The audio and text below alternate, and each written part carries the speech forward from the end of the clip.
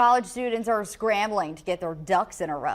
Follows several delays with the new simplified FAFSA forms meant to make the process easier for families to apply for financial aid. But there are resources that can help you get a handle on this situation. I've got Paula Buckley, and she's the Director of Outreach and Public Affairs for GRASP. I want to thank you so much for being here. You're welcome. First of all, tell us a little bit about what exactly is FAFSA. Why is it so important? Okay, FAFSA is the free application for federal student aid, and it's the basis that colleges and schools use to determine what financial aid a student is eligible to receive. If a student doesn't complete the FAFSA, basically the school will say, here's your bill.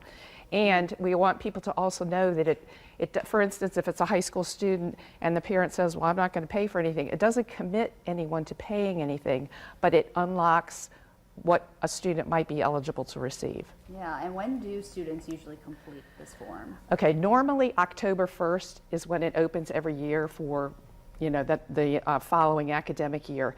But in 2020, there was a FAFSA Simplification Act, and they've been working on the new version, and the start date got pushed back till December 31st this year. And when it did finally open, it was what's called a soft launch, so it's still had some challenges for people trying to get it completed. For sure. What would you say those challenges kind of looked like for people who maybe don't know? Some of the challenges that people have had have been, accessing it with their FSA ID, which everyone has to have an FSA ID, which is kind of like a login for it, both the student and any other contributors, which used to be called parent or spouse, but now it's called contributors. Okay. And also, for instance, they have not quite gotten the process for contributors who don't have a social security number. That's supposedly a priority of trying to get that sorted out. But those students in that category are still having trouble getting theirs submitted. And what would you say is different about the FAFSA cycle this year? Well, some of the changes that came about with this simplification are there's less questions. Students can now put up to 20 schools on it. It used to be 10. Wow.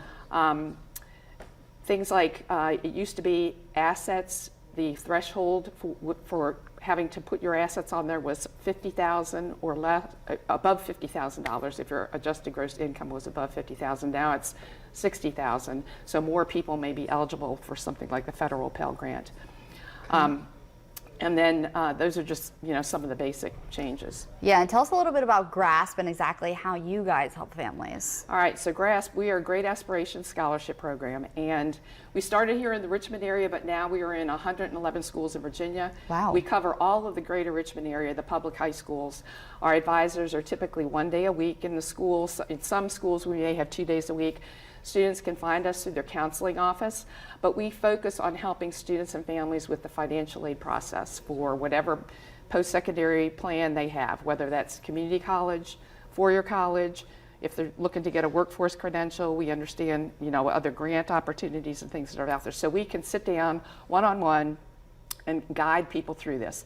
And it's especially important for people to reach out this year with this new FAFSA, just because it may be frustrating, and if you get to a certain roadblock, our advisors have already, met with a lot of people and may have experienced what somebody's experiencing who might say this is too hard, but we can help encourage you and help you keep, getting through the process. That was kind of my next question. Have your advisors been really busy because of these challenges?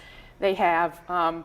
I think, one of the challenges several of them have noted is the fact that if a contributor doesn't have a social security number, that's still an issue. Deadlines, like some colleges have extended their deadlines, others haven't, so we encourage people to, don't be afraid to call your college financial aid office and just ask if anything's been extended.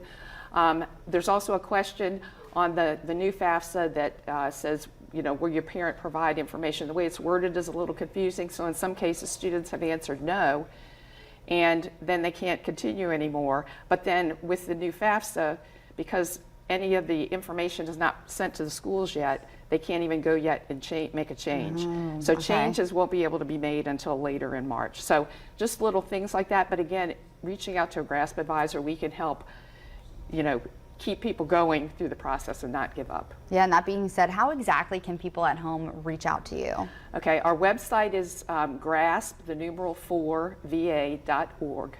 And we have an email, advising grasp, the numeral 4va.org. So you can reach out that way. If you have a student, or if you're a student that's at one of the public high schools, the counseling offices will be able to help you connect with the advisor at the school. Oh, great advice and insight. Paula Buckley, thank you so much. You're welcome. Thank you for this opportunity.